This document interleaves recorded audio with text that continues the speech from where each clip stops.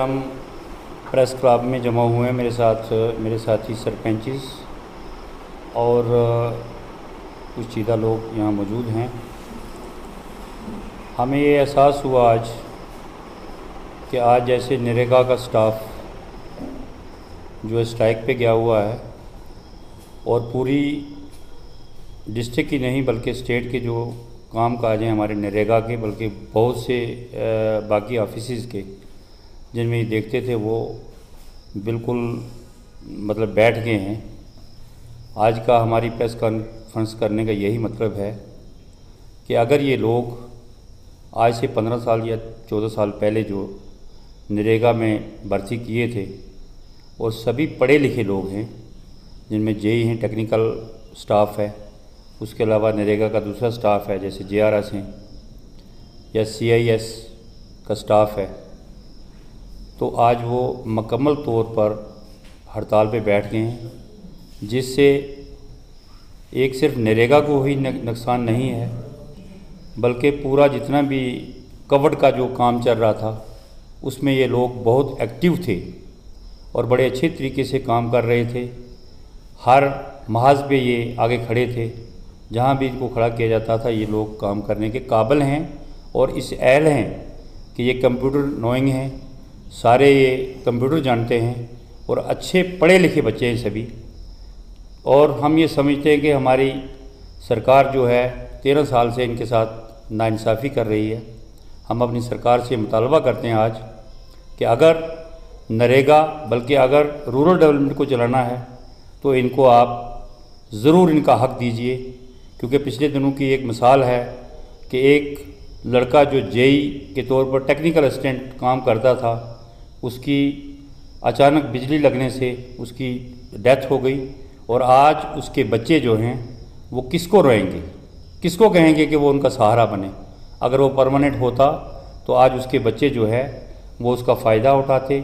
और उसकी जो उनकी माँ जो है उनकी जगह काम करती, या कोई बच्चा होता उनका काम करता, बल्कि वो बच्चे जो छोटे छोटे बच्चे हैं वो लोगों की हाथों की तरफ देखते हैं कि कल हमारा बाप था कमाने वाला, आज कोई भी नहीं है। इन बातों को देख के हमें अफसोस आता है कि सरकार को इतने बड़े लोगों की तरफ तवज्जो आज तक नहीं हुई और आज हम ख़ुसूसी तौर पे अपनी सरकार की तवज्जो जो है वो इस तरफ दिलाना चाहते हैं कि ये 13 साल से मुकम्मल दिन रात, चाहे वो इलेक्शन का काम हो, चाहे वो कोविड का काम हो, कोविड-19 में जो इन्होंने काम किया है वो सराहनीय है। और अगर अवार्ड दिए जाए इनको तो मैं कहता हूँ कि बहुत कम है, क्योंकि जिस महाज पे इनको खड़ा किया है, चाहे रात की ड्यूटी थी, चाहे दिन की ड्यूटी थी, चाहे दूर दराज के इलाकों में जाके इन्होंने कोविड में काम किया, उसके अलावा इलेक्शन में बहुत दूर दराज इलाके से उठा के तो दूसरे इलाके में, बल्कि एक कंस्टिट्यूंसी उठा के तीसरी कंस्टिट्यूंसी में जाके इनको काम दिया, उधर भी इन्होंने बड़े अच्छे तरीके से काम किया। लेकिन इनके साथ नाइंसाफ़ी है।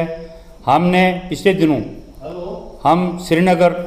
चेयरमैन जितने भी थे BDCs, हम श्रीनगर के LG साहब ने हमें बुलाया था, वहाँ भी हमारी मैडम जी से बात हुई जो हमारी रूरल डेवलपमेंट की सेक्रेटरी हैं, तो उन्होंने माना वहाँ कि हम इनको जल्दी जो है परमानेंट करेंगे और इनका जो हमारे पास फ़ाइल तैयार है और जल्द ही इनका जो है फ़ैसला करेंगे। लेकिन आज फिर हम ये रिक्वेस्ट करते हैं कि मैम अगर आपको कोई दिक्कत है तो बताइए, हम भी इनके साथ स्ट्राइक में बैठने के लिए तैयार हैं। जितने भी हम रजौरी, पुंछ और इस इलाका के BDC चेयरमैन और सरपंचेस हैं, हम जानते हैं कि ये कितना काम कर रहे हैं, ये अपना दिन रात कितना वक्त जो है वो हमें दे रहे हैं, हमारे सरकार को वक्त दे रहे हैं, अपने बच्चों का वक्त निकाल के वो अपना ये काम कर रहे हैं, बड़ी जानदारी से काम कर रहे हैं। लेकिन इनके साथ नाइंसाफ़ी है कि 6000 पे एक आदमी